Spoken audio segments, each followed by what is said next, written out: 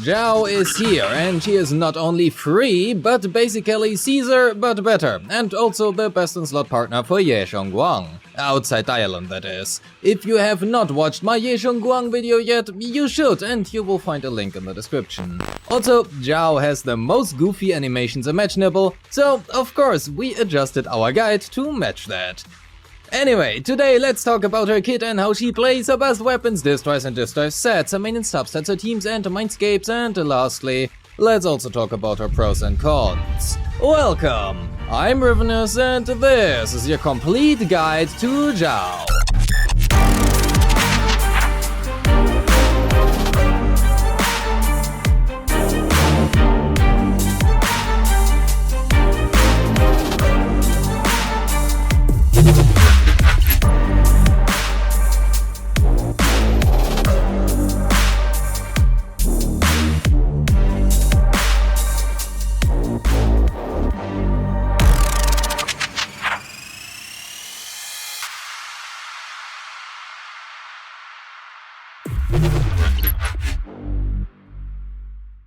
ZHAO is an ice defense agent, and as you might have noticed, this video is not titled in depth. That is because, well, she does not really have any. Well, not enough for me to justify calling it in depth at least. She is best played by not playing her, or at least not too actively. To understand better on why that is, let's first cover her kit.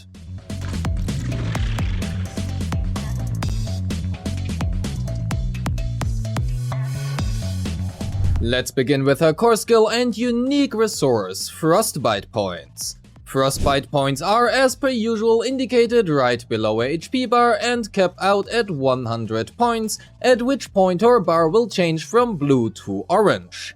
ZHAO can generate Frostbite points by various means. Her EX special, which will grant her 20 points, her ultimate, which will also grant her 20 points, her chain attack, which will grant her 5 points, but we will never use this, and lastly, she will also passively accumulate 6 points every 3 seconds whenever an on-field agent deals damage. When ZHAO has 100 Frostbite points, switching into her will then trigger her entry skill and activate Ether Veil Wellspring. This is the same Ether Veil that Lucia and Yetari provide, so we already know what it does. This Ether Veil lasts for 40 seconds, and if ZHAO activates it again, the Ether Veil will be deactivated. If she is switched in and activates it again, yes, Ether Veil will be deactivated, but because we switch her in, it will also be activated again right after deactivating it.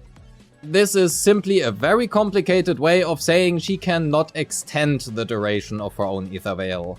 Whenever ZHAO activates Ether Veil, she will then grant a 1000 flat combat attack buff to all squad members.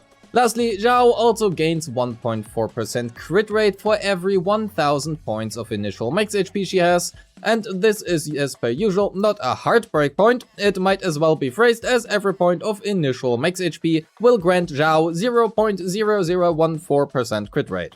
Her max HP will also become important in her additional ability, so let's talk about it. ZHAO requires either an attack, anomaly, or support character, and when that condition is fulfilled, as long as ZHAO is within any Ether Veil, she will grant a damage bonus to the whole squad. This damage bonus starts at a 10% base, increasing by an additional 1% for every 400 initial max HP exceeding 15,000 she has, capping out at 40% and 27,000 max HP. Or in other words, she is a very heavy HP scaler. Reaching 27,000 initial max HP is also very difficult, and for most players unlikely to reach. Her signature also does not really help with that. But more on that later. And just for reference, 25,000 initial max HP would then also grant her 35% crit rate from her core skill. Unfortunately, for some weird reason, they really did not want her to even remotely compete with Lucia, so unless you are running double support comms with your Rupture DPS, she will not do too much. And you kinda just really don't want to run double support comms with your Rupture DPS, as all of them are heavily reliant on getting as many stun windows as they can. So don't do that. We will never actively use her basic attacks nor any of her dodges or dash attacks, and while we might use her assist follow-up or quick assist, they do what we expect them to do, so we will skip all of them. We will use her basic attack Final Verdict, however. Well, not actively, as she will literally just use this by herself, but anyway. After ZHAO activates Ether Veil, she will trigger a quick assist, and if she does, when she is switched out, she will then remain on the field, charging for 5 seconds and unleash Final Verdict. This looks very impactful, and it also has a very high base scaling of 5 times 24% max HP on it, but because she has to build full HP and a little bit of energy regeneration, she has no room to build any stats to actually make this deal any meaningful damage. However, even though we will not actively use this skill, I want to divert your gaze to the following sentence, which I will just read out loud. If Frostbite points is full when the skill activates, all Frostbite points are consumed to trigger Ether Veil Wellspring and trigger a quick assist. If a squad mate's quick assist is then launched, ZHAO automatically follows up with basic attack Final Verdict and begins charging. This sentence is very important because it is not only present here, but on every single skill on her kit. Her entry skill, which is just a quick assist with a different name, assist follow-up EX special chain and also her ultimate. This effectively means ZHAO can trigger Ether Veil and all of her buffs not only by switching her in, but by using any skill in her kit, given that she has sufficient Frostbite points, that is. There's one problem though. Because she can activate the skill while she is inactive, for example after using her EX special, that also means if you manage to gain the 100 Frostbite points after your EX special, she is able and it is possible for her to trigger this Ether Veil while she is not the active character. Because of the 5-second charge time, this can result in Ether Veil triggering at an unfavorable time when you don't actually want it, messing with our Sword Force stacks on Yeshong 1. ZHAO's EX special does what an EX special is supposed to do at the cost of massive AT energy, but it will also grant her 20 Frostbite points, consume 5% of her current HP and then restore HP to the entire team based on her max HP over 5 seconds. This HP restoration can only be triggered once every 30 seconds, and her EX special also has a really long animation time, so ideally we just want to swap cancel this, always. Her chain and ultimate both behave as we would expect them to behave, and they will give us 5 and 20 Frostbite points respectively. Because her chain grants us only 5, it is effectively never worth using.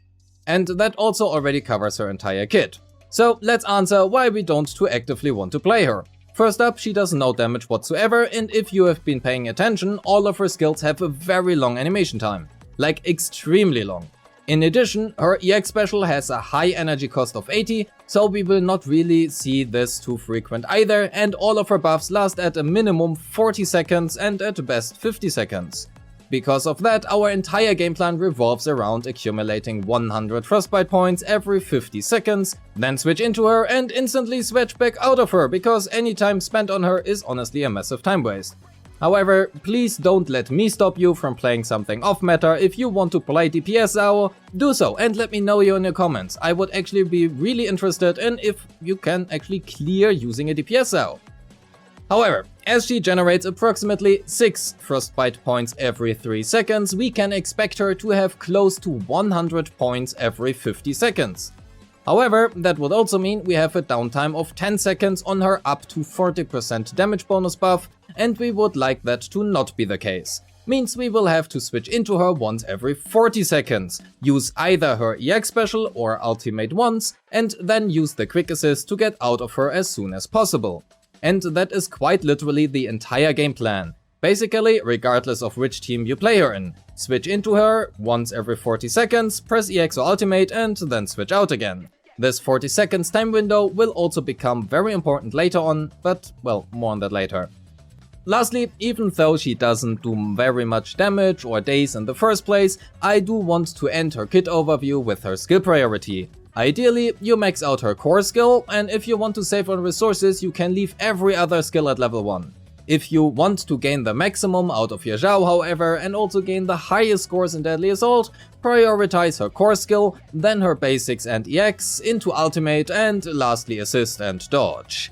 In fights with a lot of parries, and without Ye Xiongguang especially, we can prioritize her assist slightly more, as she will contribute at least some meaningful days over time from her defensive assist and assist follow-up. So let's cover her weapons, I guess, because she has really no combos, as already explained earlier. I would also do a gameplay breakdown, but you will literally see her on screen for 0.5 seconds out of 3 minutes, so that is not really helping here either. It would be more of a Ye Xiongguang showcase than a ZHAO showcase, but if you want to see her in action, well, those few seconds, you can check out the gameplay breakdown over on my Ye Xiongguang guide. So let's talk about her weapons. Because ZHAO's damage and days does not matter, we will look at Ye Xiongguang's damage instead. ZHAO has like 3 weapons to choose from, and that's pretty much it. Her best on slot weapon is her own signature, and it is pretty good. It provides energy regeneration as well as a team-wide 10% combat attack, 10% combat HP, and 30% crit damage, resulting in an approximate 15% damage gain.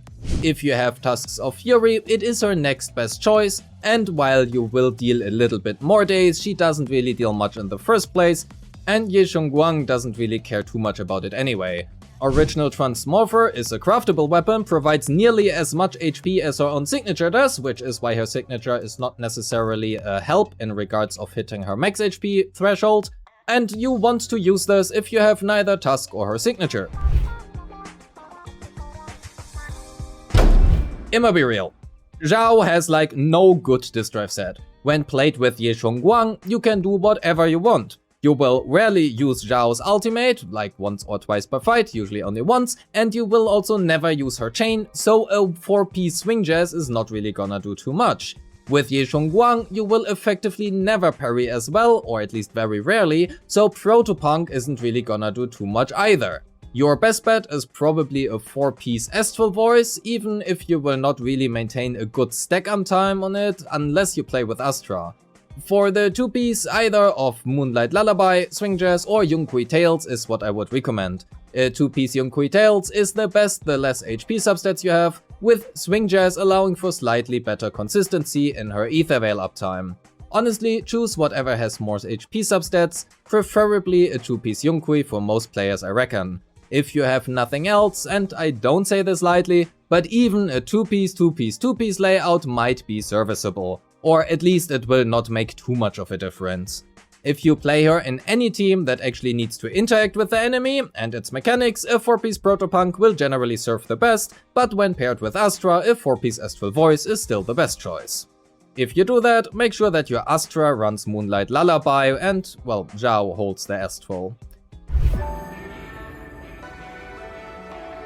Finally, ZHAO's main stats are at least interesting to talk about and also have some nuance to them. Except for slot 4 and 5, because here we want HP %. For slot 6, however, we want to make a trade-off. Unless we run HP % in all slots, it is highly unlikely that you will get the full 40% damage bonus, and that is okay. But if we run HP %, that also means we might have some downtime on her buff. To understand this better, let's go back to her Frostbite generation. Since she generates 6 points every 3 seconds and her damage bonus buff lasts for as long as her Ether Veil does, so 40 seconds, that means she will generate 80 Frostbite points every 40 seconds. With both her ultimate and EX special generating 20 points, that also means we want to use either of her ultimate or EX special once every 40 seconds. Assuming energy regeneration in slot 6 and no signature, she would generate 1.92 energy per second, or in other words, 76.92 energy. Her entry skill generates 7.5 energy, and her basic attack Judgment, which she will automatically cast after proccing Ether Veil, will generate 1.71 energy. That means by running energy regeneration in slot 6, we can guarantee 100% uptime on her Ether Veil. If we run HP % in slot 6 instead, assuming her signature, she would generate 66.4 energy per 40 seconds. Adding in the 7.5 energy from her entry and the 1.71 energy from her judgment means we are looking at a downtime of 3 seconds, as she would need 43 seconds to generate energy. So what does that mean? If you have her signature, for most people, I would recommend to run HP% in all 3 slots. You might have a small downtime, but you don't have to worry about having very good substats and you can still get the full damage bonus. If you are a min-max person, however, and you want to get the best out of your unit, you will need very good HP substats, and I would highly recommend you to run energy regeneration or even impact in slot 6. ER can help you with a better uptime on her buff while also granting you a bit of leeway. It will also give you more access to her EX special, which is just gonna give you more Astral Voice stacks. Impact is pretty useless when played with Ye Xiongguang, but it might come in handy in other teams. If you do not have her signature, I would always recommend energy regeneration in slot 6, as it will guarantee you set 100% uptime on her buffs, but it does make her harder to build, so keep that in mind. TLDR being, ER is always gonna be good, but makes her harder to build. As for her substats, HP%, then flat HP, and if you are at 27k initial HP, again that is the one in the stat screen, you can then focus on crit rate and crit damage. For her Mindscapes, we will again look at Ye Xiongguang's damage instead. Her Mindscape 1 gives you a 15% damage gain assuming a neutral target. At least that would be if you don't have any red shred, but Ye Xiongguang's weapon does at least give some of it, so it diminishes a little bit this value. Her Mindscape 2 gives combat attack and it's fine. Nothing outstanding, but not super bad either. Her M3 to M6 do absolutely nothing for the team itself, but allow you to play her as an on-field carry if you desire to do so. Honestly, her Mindscapes are pretty bad. If you really like ZHAO, you can get her Mindscape 1 if you want to, it is universal and not really too bad. I would still recommend getting her weapon over her Mindscape 1, but even her weapon is not necessarily too great, and I think you are better off saving your polychromes for another character or another character's Mindscape instead.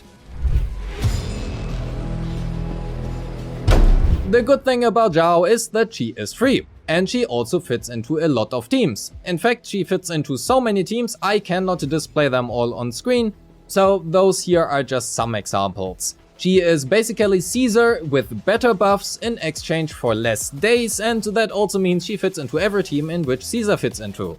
But in the same vein, she also is often outclassed by other choices in basically all of them but one.